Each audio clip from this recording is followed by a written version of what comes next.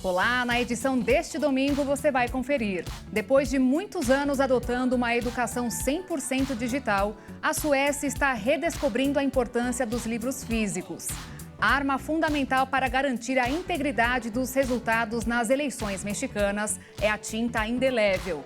Insulina oral se mostrou mais prática e deve gerar menos efeitos colaterais do que a versão injetável. O Agenda Cultural está começando. Seja bem-vindo.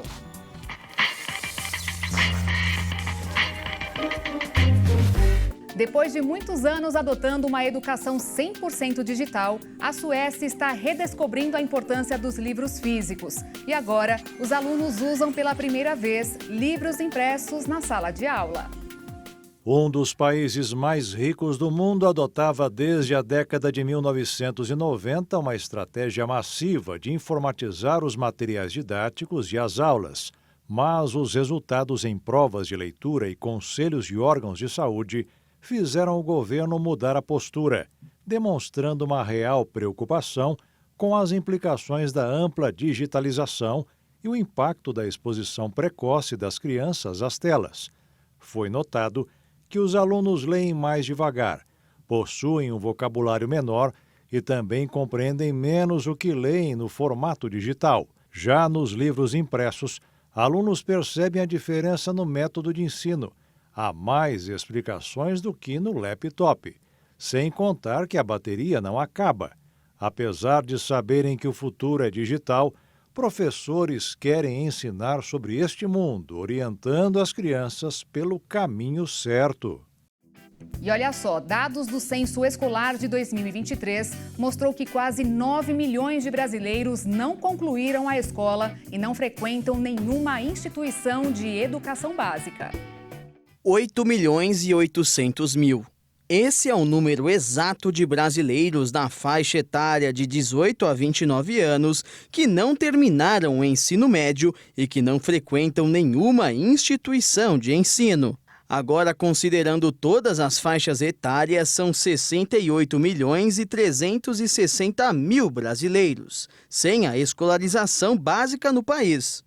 Na EJA, modalidade de ensino para alunos que queiram terminar os estudos e já estejam em uma idade avançada e não podem mais ir para a escola, o número de adultos matriculados caiu 7% de 2022 a 2023. Já o ensino médio é campeão de evasão escolar. De acordo com o censo de 2020 a 2021, 7% dos alunos do primeiro ano desistiram dos estudos e 4% foram reprovados. Segundo os especialistas, a reprovação é um dos fatores que levam o aluno a abandonar a educação básica.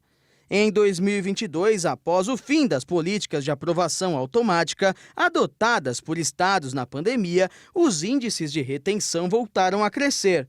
No ano passado, no 6º ano do ensino fundamental, 15% dos estudantes não tinham a idade adequada, porque foram reprovados, por exemplo, ou porque abandonaram o colégio em algum período. Por outro lado, existem números que apresentam uma perspectiva de redução na evasão escolar, como, por exemplo, a educação em tempo integral, uma das apostas do governo Lula para diminuir os índices de desistência, que registrou um aumento no percentual de matrículas no ensino médio, de 20% para quase 22% na rede pública e de 9% para 11% na rede privada. De acordo com os dados de cada 5 alunos brasileiros do ensino médio, um estuda em tempo integral. O Conselho Nacional de Justiça montou uma força-tarefa com várias instituições para definir medidas e fortalecer o acolhimento familiar. Uma recomendação conjunta foi publicada para garantir que crianças e adolescentes tenham acesso à convivência familiar. A força-tarefa, liderada pelo Conselho Nacional de Justiça, o CNJ, reuniu diversas instituições, como ministérios e colegiados de assistência social. O grupo elaborou uma recomendação conjunta, publicada na edição de hoje do Diário Oficial da União, com objetivos e recomendações para que seja garantido a crianças e adolescentes o direito à convivência familiar, mesmo durante medida protetiva de acolhimento. Na prática, a intenção é que os menores de 18 anos, afastados da família de origem por qualquer motivo, possam esperar por uma solução em ambiente familiar, através de alternativas, como a adoção temporária, por exemplo. Essa forma de acolhimento seria prioritária em relação à permanência em instituições. A orientação apresentada no texto é para que União, estados, municípios, Poder Judiciário e Ministério Público trabalhem em colaboração com a sociedade civil para atingir objetivos como a implementação e ampliação dos serviços de família acolhedora no Sistema Único de Assistência Social, o SUAS. A meta é que o acolhimento familiar atenda 25% da demanda do país até 2027. Para isso, são elencadas estratégias como direcionar recursos para financiar a ampliação de serviços, estruturação, oferta e qualificação dos envolvidos nessa transição, além da implantação de um plano individual de atendimento para as famílias. O envelhecimento dos pais é uma fase considerada cheia de desafios para os filhos, marcada por conflitos e dificuldades. Mas a participação dos jovens nessa fase pode ser fundamental para que tudo aconteça da melhor forma possível. O número de pessoas com mais de 60 anos de idade passou de 32 milhões em 2022. Uma marca que não para de crescer. E a estimativa é de que, com o passar dos anos, fique ainda maior. À medida em que a idade avança, os idosos acabam precisando ainda mais de um apoio. Aquelas atividades simples do dia a dia acabam ficando mais complexas. Com isso, os pais recorrem ao auxílio dos filhos. O problema é que muitos jovens não estão preparados para lidar com esse período e experimentam níveis elevados de estresse e sobrecarga, principalmente quando existem questões de saúde. Mas esse cuidado é mais que necessário. Inclusive, existe um nome para definir esse senso de obrigação de estar ao lado dos velhinhos. É a responsabilidade filial, um dever do filho adulto de se tornar responsável pelos pais idosos. Mas para que a experiência não seja uma das piores, vai depender muito da forma em que o filho foi criado. Um dos principais desafios e motivos de briga está nos papéis que os pais e filhos assumem nessa fase da vida. De um lado, os filhos podem enxergar uma pessoa fragilizada, que precisa de cuidados e tentam proteger os seus pais. De outro, há uma pessoa que não quer perder a sua autonomia. Os pais podem até perceber que estão precisando de cuidados, mas muitas vezes são teimosos e têm dificuldade em aceitar isso. Nesse período, os idosos também enfrentam o sentimento de solidão, perda de sentido da vida ou até medo da morte. Justamente por isso, a relação com os filhos deve ser aberta para que tudo seja discutido e ambos entrem num acordo. Os especialistas afirmam que para preservar a autonomia dos idosos é importante respeitar as decisões dos mais velhos. Mas aquela inversão de papéis falada por muitos não deve acontecer. Eles já são experientes e com seus valores muito bem definidos. E é importante que tudo isso seja respeitado. Além disso, para que o envelhecimento aconteça de uma forma saudável, é necessário que tenham acesso a bons cuidados de saúde e qualidade de vida. Em qualquer um dos cenários, a presença dos filhos é importante, principalmente para que apoiem seus pais. E uma das principais formas para isso é incentivando que os idosos cuidem das doenças crônicas que costumam surgir nessa idade. Isso vai fazer com que eles vivam mais. E claro, com um sorriso no rosto.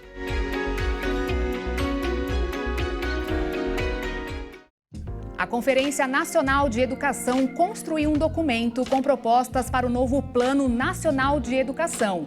Metas que deverão guiar o ensino em todo o Brasil pelos próximos 10 anos, entre 2025 e 2035.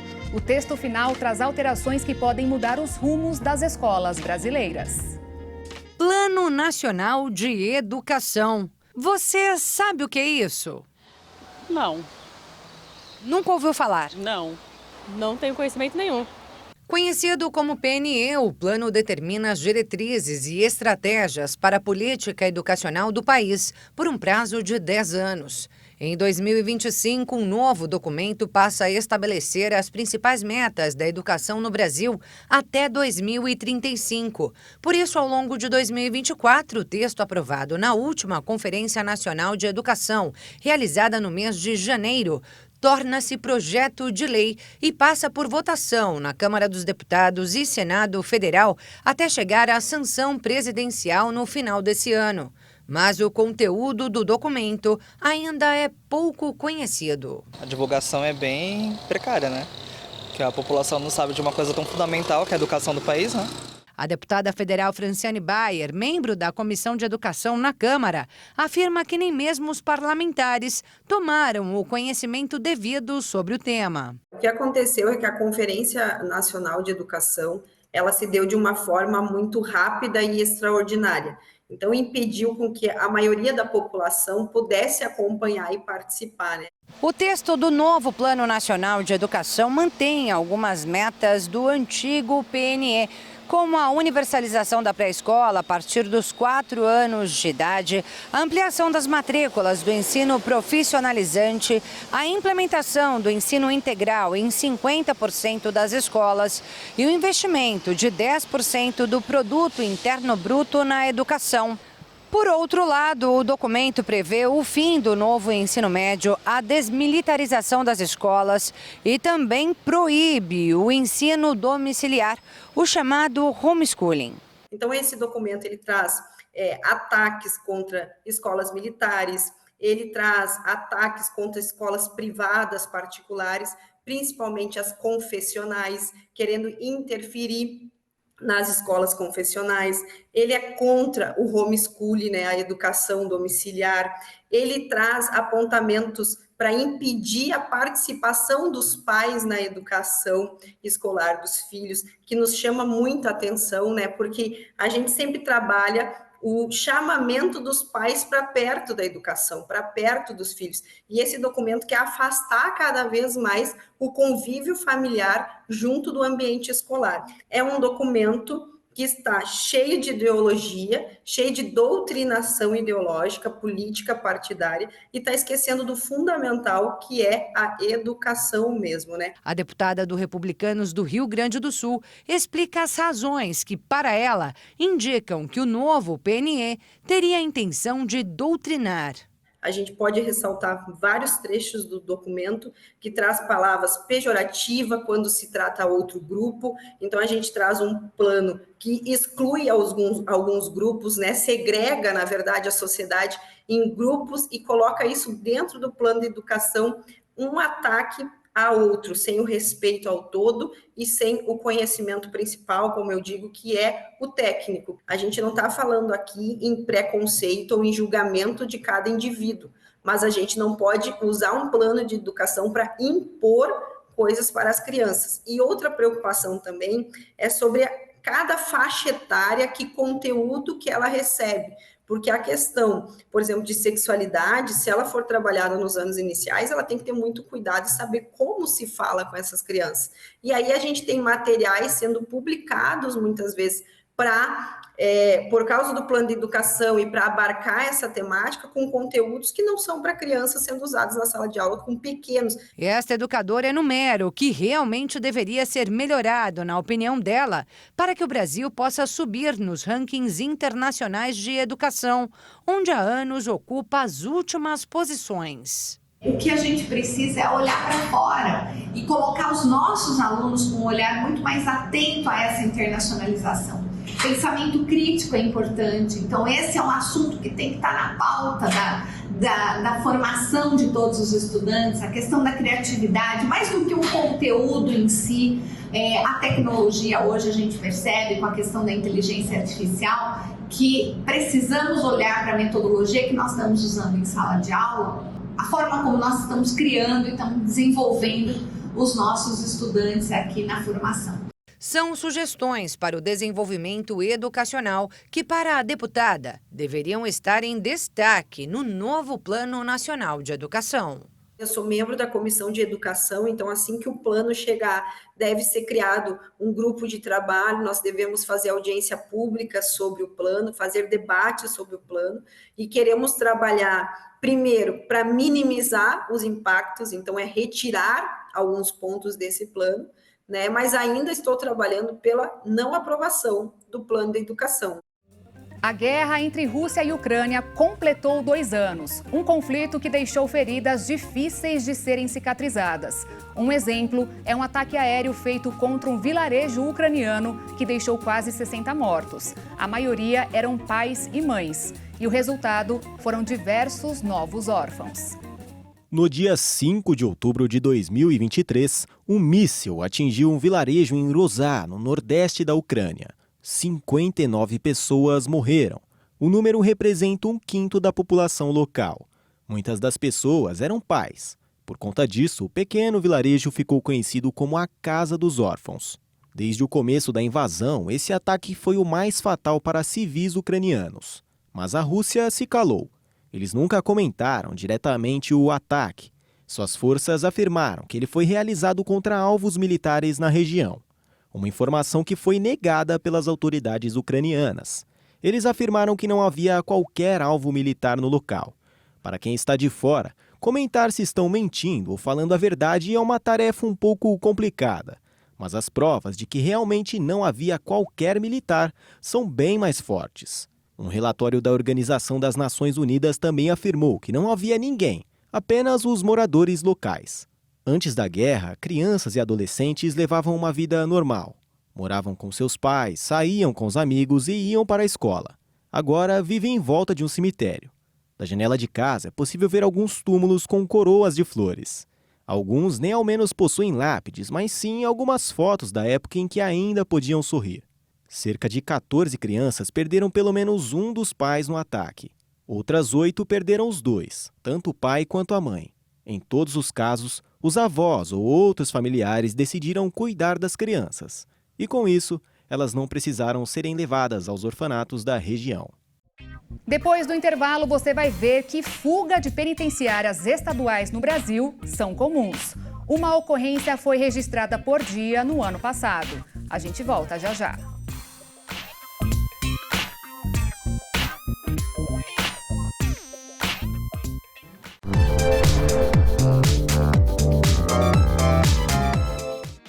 Estamos de volta. As autoridades migratórias da Argentina têm endurecido as regras para brasileiros que querem estudar no país. Já existem relatos de diversos jovens que foram devolvidos ao Brasil nas últimas semanas.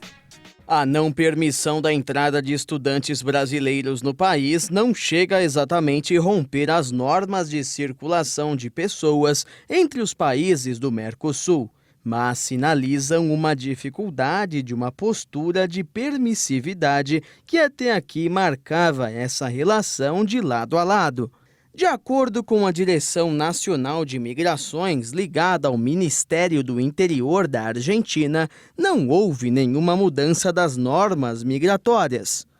De acordo com a lei atual, turistas podem ficar por lá 90 dias, e esse prazo pode ser prorrogado até o dobro do tempo. Porém, para ficar mais é preciso pedir a residência. No caso dos brasileiros, além das regras do Mercosul, esse processo é regulado por um acordo bilateral entre Brasília e Buenos Aires, que entrou em vigor em 2009. Por meio dele, os brasileiros conseguem a residência permanente sem precisar cumprir os 2 anos de residência provisória concedida a integrantes do bloco. Dessa forma, vários estudantes costumavam entrar lá como turistas sem maiores problemas e já em território argentino pediam o direito de permanência. Um dos motivos dos estudantes entrarem como turista também são as taxas para um visto de estudante, pedido com antecedência, que pode chegar aos R$ 2.800, enquanto um pedido de residência feito já na Argentina não chega aos R$ 100. Mas a rigor da regra, quem disser que é turista e tiver planos de ficar de vez por lá, pode ser mandado de volta para seu país de origem, com a justificativa de falta de documentos. Há uma medida da Direção Nacional de Migrações em vigor há uma década que orienta as autoridades de fronteira como agir ao suspeitar que alguém seja um falso turista. o que inclui pedir passagens aéreas, cartões de crédito e comprovante de hospedagem. O governo de Javier Milei já sinalizou querer que estudantes estrangeiros paguem para frequentar as universidades públicas argentinas, hoje gratuitas mesmo para quem é de fora. Diversos especialistas afirmaram que o endurecimento da fiscalização será um desestímulo aos estudantes brasileiros que pensam em se mudar.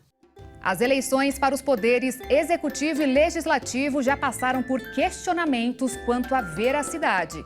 Mas os mexicanos criaram um mecanismo para impedir fraudes durante a eleição: a tinta indelével.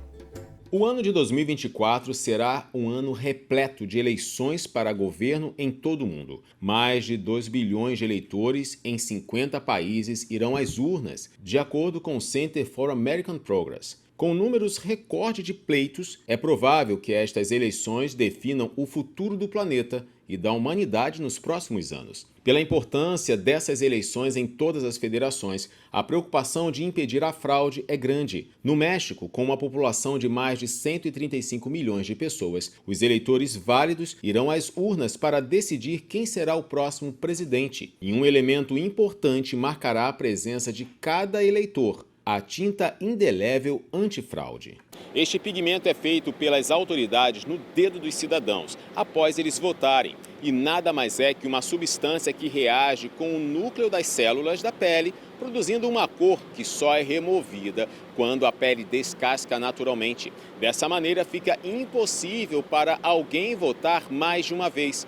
O produto já é utilizado há 30 anos nas eleições do país e é visto como fundamental para garantir a integridade dos resultados. A conhecida tinta faz parte dos materiais eleitorais, juntamente com as canetas e as cédulas, que são utilizados nos dias das eleições. Que, de acordo com a Lei Geral das Instituições e Procedimentos Eleitorais, esses itens são obrigatórios e devem ser entregues com antecedência mínima de 5 dias antes do dia das eleições. Esta tinta indelével é produzida há 30 anos pelo Instituto Politécnico Nacional, uma das mais reconhecidas instituições públicas de ensino e investigação do país, que além do uso nas eleições mexicanas, a versatilidade e eficiência do pigmento já foram comprovadas em eleições em outros países da América Latina, como El Salvador, Honduras, Nicarágua e República Dominicana. O Instituto vai fabricar 350 mil aplicadores, que parecem uma caneta, com 15 ml de tinta cada uma, e está etiquetada com instruções de utilização. Esteroides estão sendo vendidos irregularmente no Brasil. Primeiro, que a venda de anabolizantes sem receita é proibida aqui no país. E segundo, que os produtos vêm do Paraguai. Os produtos do site com domínio brasileiro da suposta empresa farmacêutica chamada Landerlan, com sede em Lambaré, aparecem disponíveis apenas para consulta. Além disso, informam que os produtos são fabricados de forma consistente e controlada, aplicando padrões de qualidade rigorosos, de acordo com a legislação em vigor do Ministério da Saúde Pública do Paraguai, garantindo que são produtos seguros e de qualidade. Mas ressaltam que a intenção do site é informar sobre valores aos leitores fora do país de origem e jamais induzir ao consumo no país-alvo. Ninguém deve consumir sem prévia autorização médica, já que os produtos Landerlan têm apenas registro de vigilância sanitária do Ministério de Saúde Pública e Bem-Estar Social, sem regulamentação no Brasil. Para comprar, basta clicar em Saber Mais. Você é direcionado a uma conversa no WhatsApp com o número de DDD 11, cidade de São Paulo, onde é enviada uma lista com dezenas de hormônios, alguns deles veterinários de uso restrito e sem necessidade de receita. Em abril de 2023, o Conselho Federal de Medicina proibiu que médicos prescrevam esteroides para fins estéticos e esportivos. Além disso, no site Reclame Aqui, existem diversas reclamações recentes de clientes que acusam a suposta empresa paraguaia de não entregar o medicamento e que o site, na verdade, não se trata do original. O paraguaio, por exemplo, não apresenta o valor dos produtos, como o brasileiro, e fornece telefones e e-mails para contato sem direcionar para aplicativos de mensagens ou vendedores, mas oferece os mesmos medicamentos, incluindo os de uso veterinário. Segundo a Agência Nacional de Vigilância Sanitária, houve um aumento de 45% na venda dos 3 principais anabolizantes industrializados. testosterona, cipionato de testosterona e 1-decilato de testosterona. O levantamento usa a comparação entre os anos de 2019 e 2021, de acordo com a apuração e reportagem da Folha de São Paulo, que desconsiderou o ano de 2020 por conta da pandemia de 2019, em que houve fechamento de academias e diminuição no agendamento de consultas médicas. Em 2019, o Batalhão de Polícia de Fronteira, responsável por monitorar a fronteira do Brasil com o Paraguai, em Foz do Iguaçu, fez uma apreensão recorde de mais de 126 mil unidades de medicamentos e também acompanhou uma queda nas apreensões em 2020, com 8.339 unidades e com relativo aumento nos anos consecutivos. Em 2023 foram 48 mil. Com a repercussão do caso da fuga da Penitenciária de Segurança Máxima em Mossoró, um novo levantamento mostrou que o problema é comum nas prisões estaduais. No ano passado, foram ao menos 333 fugas no Brasil, ou quase uma por dia. O país vem acompanhando as buscas pelos 2 membros do Comando Vermelho que fugiram há mais de uma semana em Mossoró, no Rio Grande do Norte.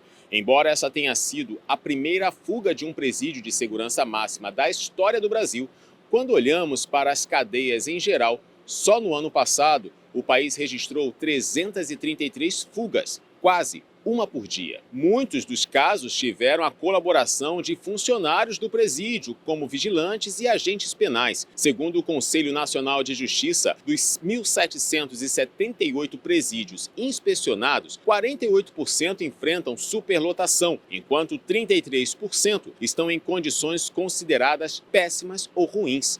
Ainda falando de corrupção nos presídios, o de Mossoró, inclusive, contratou uma empresa cujo dono é laranja para uma obra. Com um faturamento de 195 milhões de reais, a R7 Facilities tem como proprietário um homem que mora na periferia de Brasília e recebeu auxílio emergencial.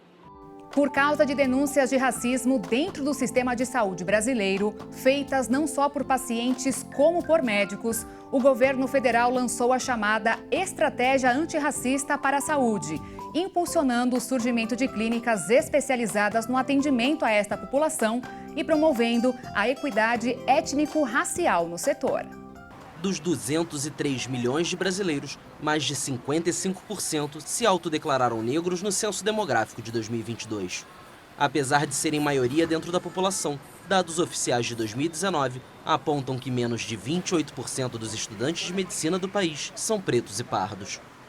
Quando eu era recém-formado, eu fazia muitos plantões em pronto-socorro e eu não via nenhum médico negro. Isso era assustador, assustador. E o que me deixava mais incomodado é que os pacientes, quando entravam no consultório, eles sempre questionavam se eu era o médico. Médicos e pacientes negros denunciam racismo dentro do sistema de saúde brasileiro, impulsionando o surgimento de clínicas especializadas no atendimento a esta população, como fez a ginecologista Mariana Prado. As mulheres pretas são as que mais peregrinam em serviços de saúde porque não se sentem contempladas. Menos rastreamento de câncer de colo de útero, mamografia, maiores índices de infecções sexualmente transmissíveis, são negadas mais analgesia durante o trabalho de parto. Então, a população preta está aí nessas estatísticas péssimas, maior índice de mortalidade materna. Se eu estou buscando um profissional competente e esse profissional competente é preto, eu sei que historicamente foi cobrado muito mais do saber deste profissional, que esse profissional tem que se testar, é testado a todo momento pelo sistema de saúde, sabe? Então eu vejo que esse profissional tem até mais qualidade em alguns momentos. E eu sim, busco em todas as áreas, quando eu for passar em consulta, quando eu tenho que passar em consulta um profissional preto. Às vezes eu encontro, às vezes não. O governo do presidente Luiz Inácio Lula da Silva se mostrou inteirado da questão e lançou em dezembro a Estratégia Antirracista para a Saúde. De acordo com o Ministério da Saúde, o objetivo da portaria é garantir a promoção da equidade étnico-racial e estabelecer que o enfrentamento ao racismo contra negros, indígenas e outros grupos minoritários estejam presentes em todas as políticas de saúde. Um vídeo que viralizou nos últimos dias nas redes sociais chamou a atenção para os cuidados com os pequenos traumas sofridos no dia a dia que podem trazer grandes consequências. Calçada água e uma distração. E logo em seguida, a queda. Esse vídeo viralizou nos últimos dias nas redes sociais e chama a atenção com os cuidados com os traumas sofridos em ações do dia a dia. A senhora que aparece no vídeo, ela é de Vitória, no Espírito Santo. Chegou a ficar 1 minuto desacordada após a queda e teve até um leve sangramento. O neurologista fala que esse tipo de acidente é mais comum do que pensamos e suas consequências nem sempre são tão leves. O traumatismo por acidente doméstico, o traumatismo craniano por acidente doméstico é uma das principais causas de acidente, principalmente em crianças e idosos. É uma coisa bem comum e a principal causa é o descuido, né? As lesões neurológicas são as principais causas de deficiência. Os neurotraumas, chamados de traumas raquimedulares e traumatismos cranianos, além de frequentes, causam muitas vezes danos neurológicos permanentes, o que pode modificar a vida inteira de uma pessoa. E o descuido é um dos principais fatores para que essas situações aconteçam. A atenção ao que a gente está fazendo é a principal forma de evitar um acidente, né? Mas pequenos detalhes são importantes. Uso de calçados emborrachados, no caso como o piso molhado do acidente do vídeo, né? Para pessoas mais idosas, evitar o uso de escadas, sempre dar preferência por rampas, faixas antiderrapantes, né? Os calçados que protegem e o uso das barras de proteção e os apoios para que evitem as quedas, né? Esses pequenos acidentes devem ser levados a sério e serem encaminhados imediatamente a um hospital para avaliação. Os traumatismos cranianos eles podem ser leves e podem chamar a atenção e serem graves, como o do vídeo. Tá? Então, sofreu um traumatismo craniano, perdeu a consciência, dor de cabeça que não alivia, vômito sem enjoo, mudou o comportamento, perdeu o movimento, ficou fraco de um lado do corpo, é obrigatório procurar uma emergência. Segundo o especialista, além dos traumas na cabeça, outros números chamam a atenção dos traumatismos raquimedulares, que compreendem a região da coluna, com quedas e outras situações que podem levar a uma vida inteira de dor e até mesmo uma paralisia permanente.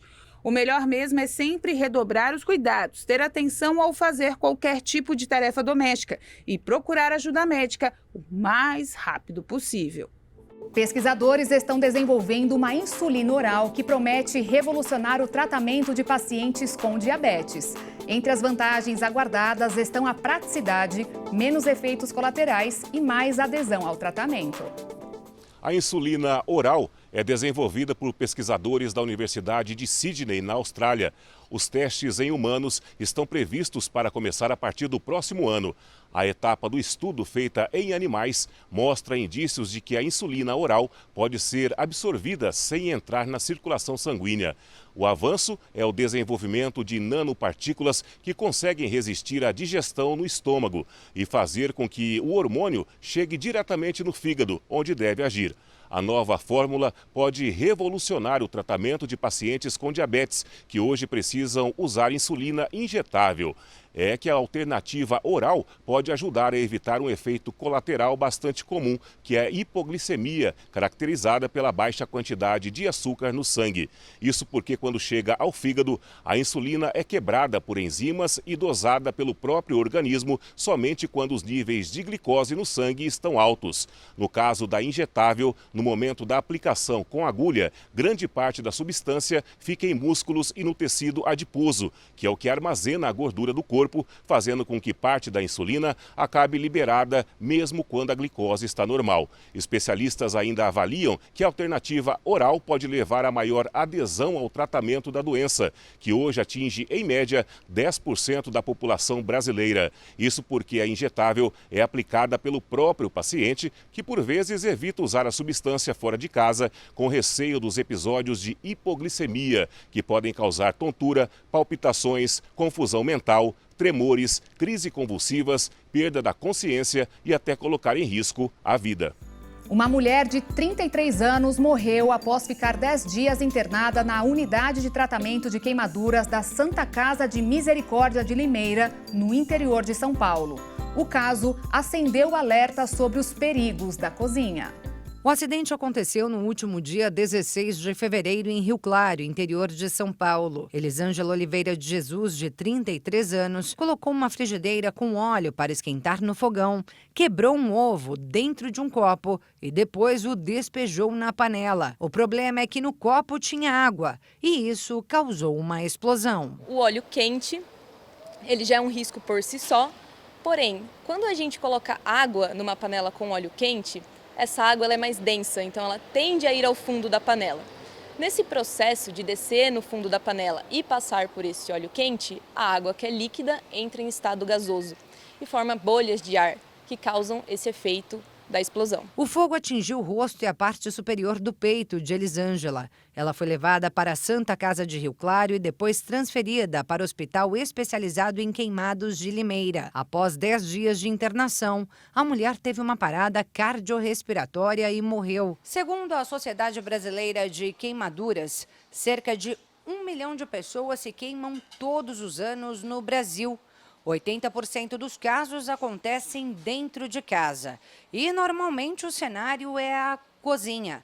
O óleo é uma das principais origens das queimaduras. São várias as situações em que o óleo quente pode gerar labaredas em panelas. A tenente do Corpo de Bombeiros alerta que quando isso ocorre, é preciso agir com cautela, além de nunca utilizar água para tentar apagar o fogo, como ela já explicou. Primeira coisa, desligar o gás. Se possível, mantenha calma, desligue o gás. O fogo está dentro daquela panela. A gente vai extinguir esse fogo pelo que a gente chama de abafamento. Se essa panela tem uma tampa, vou pegar a tampa, vou tampar. Todo o oxigênio que existe lá dentro vai ser consumido e esse fogo vai se extinguir. Em segundo caso, não tem uma tampa para essa panela. Vou umedecer um pano, lembrando que ele nunca deve estar encharcado exatamente para não cair mais água nessa panela. Então umedece o pano, torce ele bonitinho, cubro a panela na sua totalidade e o fogo vai ser extinto por abafamento da mesma forma. E outros cuidados básicos podem reduzir acidentes na cozinha, como manter os cabos das panelas sempre virados para dentro do fogão, não usar panelas com cabos frouxos e dar preferência à caçarola, aquelas panelas com 2 alças. A panela de pressão também exige atenção especial, pois sem manutenção pode explodir. É preciso limpar com regularidade a válvula de pressão e a válvula de segurança, retirando toda a obstrução que normalmente se dá por meio da gordura.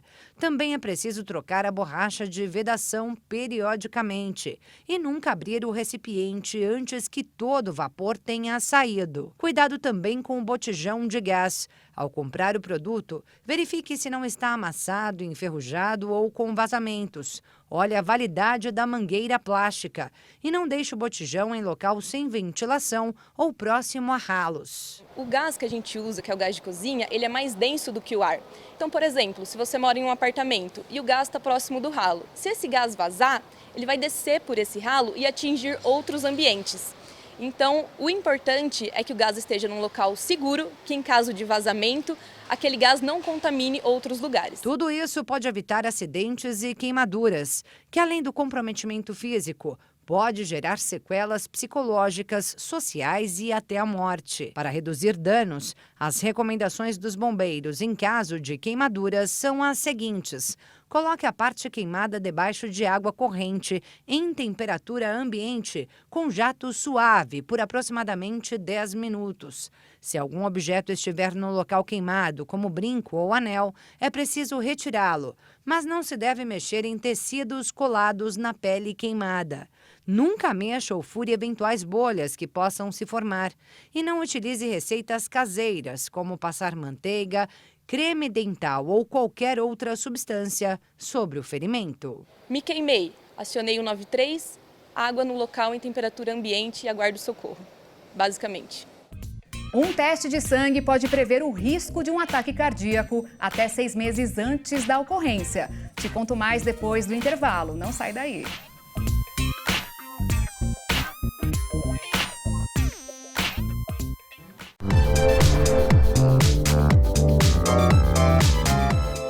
O programa Agenda Cultural está de volta. De acordo com o levantamento do Programa Mundial de Alimentos da ONU, 1/4 da população de Gaza está próxima de passar fome. Segundo o estudo, muitas pessoas estão sem acesso aos itens básicos desde que iniciou a guerra entre Israel e o Hamas. De cada 6 crianças com menos de 2 anos no norte de Gaza, uma sofre de desnutrição aguda e definhamento. Segundo um dos membros do Conselho da ONU, praticamente todas as 2.300.000 pessoas do enclave palestino dependem de auxílio alimentar. Raja Sighan disse que a ONU e grupos de auxílio humanitário enfrentam enormes obstáculos apenas para levar um mínimo de suprimentos para Gaza. O vice-embaixador israelense na ONU, Jonathan Miller, disse que Israel está empenhado em melhorar a situação humanitária em Gaza e acrescentou que as limitações, a quantidade e ao ritmo da ajuda dependem da capacidade da ONU e de outras agências. Os Estados Unidos orientaram o seu aliado em Israel para manter as passagens de fronteiras abertas para entregas de auxílio humanitário para Gaza e que facilite a abertura de mais passagens. Um estudo que comparou empreendedores do Brasil mostrou que os cariocas saem na frente dos demais, ganham mais que a média nacional e ainda trabalham menos. Segundo um estudo divulgado pela Secretaria Municipal de Desenvolvimento Urbano e Econômico, que compara empreendedores do Rio com a média nacional, os cariocas que têm o próprio negócio ganham mais e trabalham menos. Um levantamento feito com base em dados da Pesquisa Nacional por Amostra de Domicílios Contínua mostra que o rendimento mensal dos empreendedores é de R$ 8.800, 61% maior do que o rendimento mensal dos empreendedores formais brasileiros. O volume de empreendedores já representa 10% de toda a população ocupada no Rio. E nos últimos 4 anos, esse número cresceu 23%. Dentre os serviços, o setor que mais atrai é o de turismo. Os produtores brasileiros de manga e uva do sertão de Pernambuco e Bahia estão animados com o crescimento das exportações. O setor faturou cerca de 490 milhões de dólares em 2023, batendo o recorde histórico do país.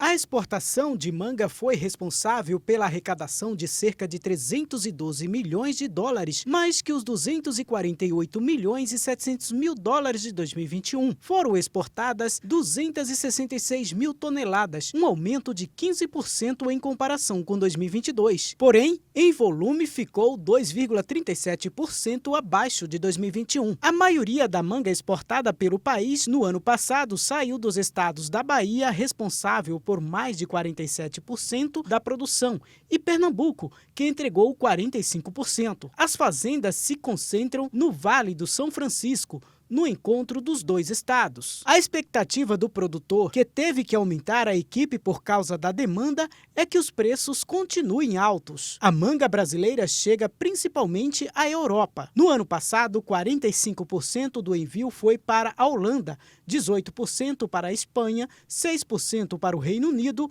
e 4% para Portugal. Porém, o segundo país que mais comprou a manga brasileira foram os Estados Unidos, 18,35%. Já a uva de mesa exportada pelo Brasil é quase toda do Vale do São Francisco, cerca de 95%. Sai 68% de Pernambuco e 30% da Bahia. No ano passado, foram exportadas 73.200 toneladas, o que representa um aumento de 39% em comparação com o ano anterior. O recorde histórico foi em 2021, com 4% a mais. O recorde no faturamento também foi ultrapassado no caso das uvas. Em 2023, a receita foi de 178 milhões e 300 mil dólares, superando os 159 milhões e 600 mil dólares de 2021. A abertura de novos destinos deve aquecer o mercado brasileiro de frutas. A Associação Brasileira dos Produtores Exportadores de Frutas e Derivados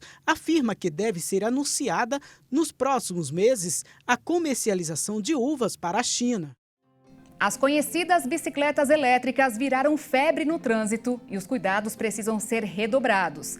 Mas você sabia que existem diferentes tipos de veículos de 2 rodas? E para cada uma delas, a proteção é diferente. Cada vez mais populares, elas já fazem parte do trânsito da capital e facilitam a vida de muita gente. Andava de ônibus, gastava 2 horas para me chegar no trabalho, agora não. 30 minutos eu estou no trabalho. Há vários modelos e preços, e é importante destacar que nem todas são bicicletas elétricas, mesmo que o modelo seja parecido. Conforme norma do CONTRAN, a classificação pode ser autopropelidos, ciclomotores ou bicicletas elétricas. O autopropelido ele tem dimensões entre rodas, do centro de uma roda ao centro de outra, de até 130 centímetros. Se ultrapassar essa medida, ou se tiver potência maior que 1000 watts, aí ele é um ciclomotor. E para cada modelo, há regras de condução, uso de equipamentos e locais permitidos para uso. A bicicleta e o autopropelido, considerando a velocidade de até 32 km por hora, deve usar equipamentos de ciclista. O capacete de ciclista, a gente recomenda também óculos e luvas. Já o ciclomotor, ele está mais próximo da motocicleta, limite de 50 km, então ele deve usar o capacete de motociclista. Ronise, há 8 anos, trabalha com a venda de bicicletas. Segundo ela, há ainda muitas confusões sobre a classificação. Eles chegam com dúvida, acham que bicicleta elétrica é autopropelido, que é ciclomotor, né? Aí a gente explica, orienta, mostra como é que funciona. Aí as pessoas já saem com mais calma, já acalmam o coração, né?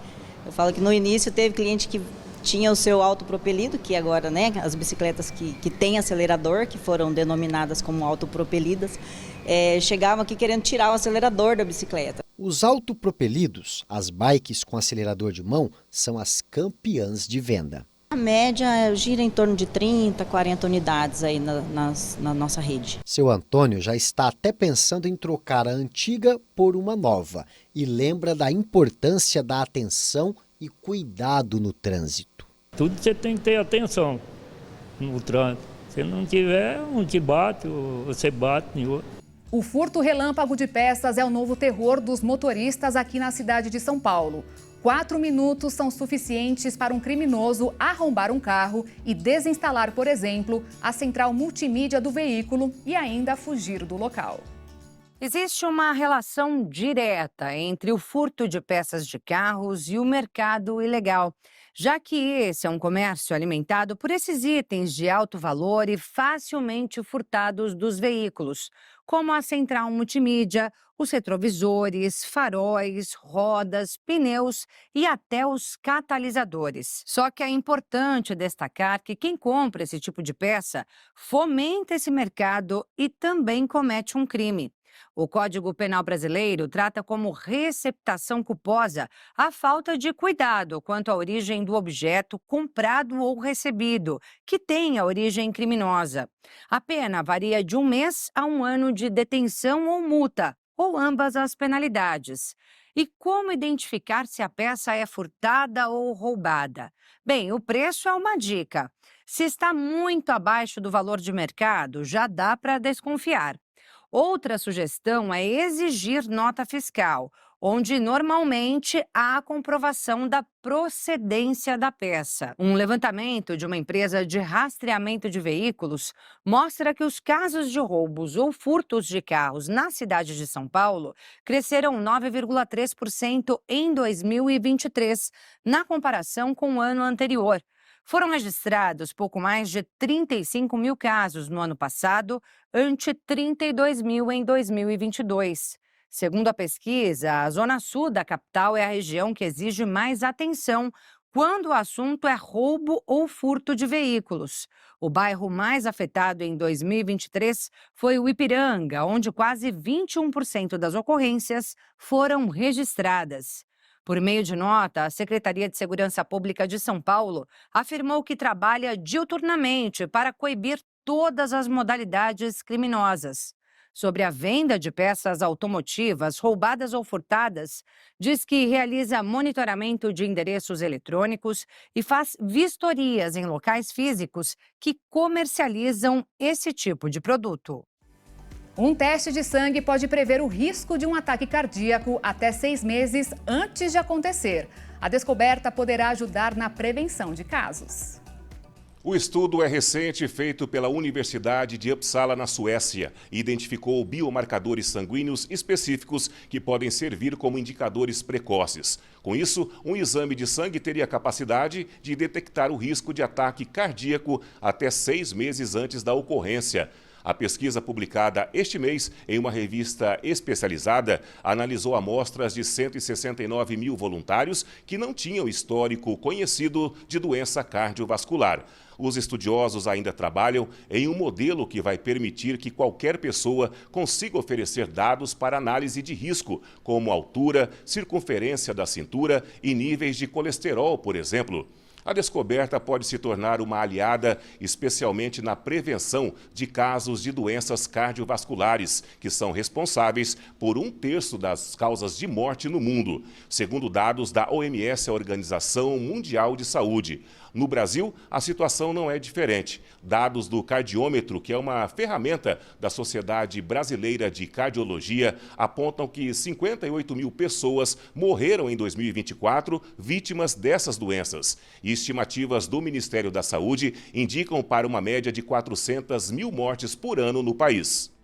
De acordo com os dados do Ministério da Saúde, é estimado que 14 milhões de pessoas têm alguma enfermidade cardiovascular no Brasil. E a preocupação com esses pacientes aumenta quando o assunto é dengue e suspensão de medicamentos de uso contínuo. A epidemia de dengue vem chamando atenção em todo o território nacional. O Ministério da Saúde sempre alertou que alguns medicamentos não podem ser ministrados em caso de suspeita da infecção pelo vírus. Mas algumas patologias precisam dessas drogas, como as doenças do coração.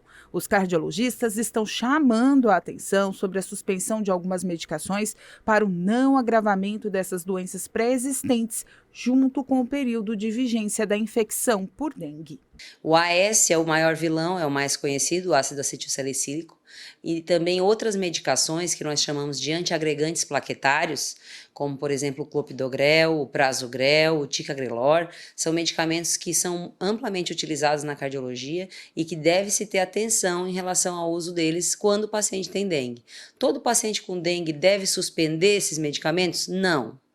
O paciente deve ser avaliado caso a caso, dependendo do hemograma, da hemoglobina, da contagem de plaquetas, do estado de saúde dele, se é leve, moderado ou grave, e a partir daí que o médico vai colocá-lo, classificá-lo e dizer se ele precisa suspender ou não esse tipo de medicação. Então, por exemplo, se você é um paciente que já colocou stent no coração, nas coronárias, né? Já fez angioplastia, que é a minha especialidade, você deve saber quanto tempo isso faz, qual foi o tipo de stent que foi implantado e quais os medicamentos que você vem usando para proteger o stent.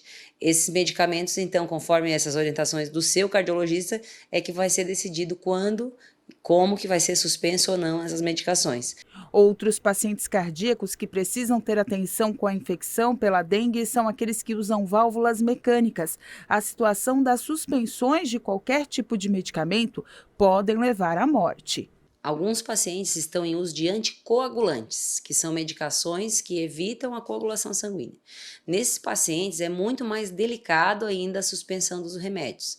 A varfarina e o Marevan, o Marcumar, esses medicamentos são os que são mais comumente utilizados para pacientes que têm prótese mecânica, metálica no coração. Nesses casos, a gente não pode simplesmente suspender o remédio, mesmo que o paciente tenha dengue, inclusive dengue grave. Então, tanto médicos quanto os próprios pacientes têm que tomar muito cuidado ao suspender quaisquer medicamentos, principalmente os anticoagulantes. Dependendo da contagem de plaquetas, de novo, de cada caso individualizado, o paciente deve ficar internado, recebendo o anticoagulante administrado no hospital, com controle diário de exames, para poder fazer o tratamento da dengue até que passe esse insulto da dengue e aí se volte a tomar o anticoagulante oral em casa, tranquilo, sem maiores riscos. A cardiologista reforça que a interação entre as classes médicas está sendo eficaz para que o tratamento seja o melhor possível em caso de pacientes cardiológicos infectados por dengue. O principal é que os pacientes sejam bem atendidos e acolhidos. Então, qualquer paciente, independente de ter doença cardiológica ou não, ele deve receber o atendimento, ser avaliado e ser classificado. Existem graus diferentes de gravidade da doença da dengue. Então, dependendo da classificação da gravidade, o paciente vai se tratar em casa ou internado no hospital, até em UTI. Dependendo dessa classificação, a equipe médica aí vai orientar o paciente e a família como que deve se proceder os cuidados. Ainda segundo a especialista, a dengue pode sim ser um vírus que deixa sequelas no coração de quem é infectado. Cerca de 17% dos pacientes com dengue têm algum acometimento cardíaco. Então não é tão raro assim. Esse acometimento ele pode variar desde apenas uma alteração no eletrocardiograma, quanto uma insuficiência cardíaca grave. O coração fica fraco mesmo, não conseguir bombear o sangue para frente. E os graus diferentes de acometimento dependem de cada paciente, das comorbidades que ele tem, de se ele já tem uma insuficiência cardíaca prévia, algum grau de disfunção antigo no coração. Tudo isso varia de caso a caso. A miocardite é uma inflamação do músculo cardíaco que também pode acontecer na dengue, assim como em outras viroses que a pessoa pode adquirir. E a miocardite, essa inflamação do coração, ela gera um insulto forte no coração, tal como um infarto, e pode gerar até a morte. Então, existe casos raros de miocardite por dengue, não é tão comum, mas existem e tem que ser observado. O programa Agenda Cultural deste domingo fica por aqui. Eu agradeço a sua companhia, te desejo uma excelente semana. Amanhã, segunda, você sabe, eu volto com mais novidades, informações e curiosidades para você. Tchau!